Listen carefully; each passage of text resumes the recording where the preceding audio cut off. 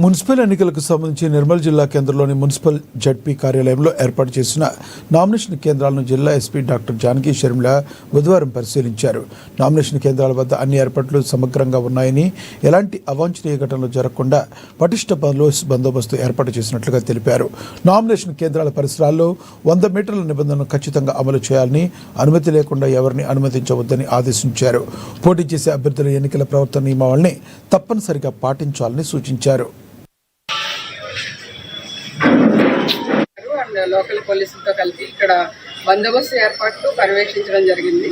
So ఇక్కడ మనకి కావాల్సిన పోలీసుల నుంచి కావాల్సిన సహాయ సహకారాలు కంప్లీట్గా అందిస్తామని తెలియజేయడం జరిగింది. అలాగే ఇక్కడ 2 ఉన్నాయి, పైన ఒకటి కింద ఒకటి ఉంది. సో 2 గార్డ్స్ పెట్టడము, తర్వాత 24/7 ఇక్కడ గార్డ్ ఉంటాడు. సో ఇదివరకు లాగా కాకుండా కంప్లీట్గా 24/7 సెక్యూరిటీ ఏర్పాటు చేయడం జరుగుతుంది. పటిష్టమైన బందోబస్తు చేయడం జరిగింది. అలాగే సమస్యాత్మక ప్రాంతాలు కూడా ఎక్కడెక్కడ ఉన్నాయి, ఎక్కడ మనకి ప్రాబ్లం రావచ్చు అనేది గుర్తించాము. దానికి సంబంధించిన చర్యలన్నీ కూడా మనం ప్రికాషన్స్ తీసుకోవడం జరిగింది అండ్ ప్రాపర్ బందోబస్తు ఏర్పాటు చేయడం జరిగింది. అండ్ లోకల్ పోలీసులతో కలిపి ఇక్కడ బందోబస్తు ఏర్పాట్లు పర్యవేక్షించడం జరిగింది. సో ఇక్కడ మనకి కావాల్సిన పోలీసుల నుంచి కావాల్సిన సహాయ సహకారాలు కంప్లీట్గా అందిస్తామని తెలియజేయడం జరిగింది. అలాగే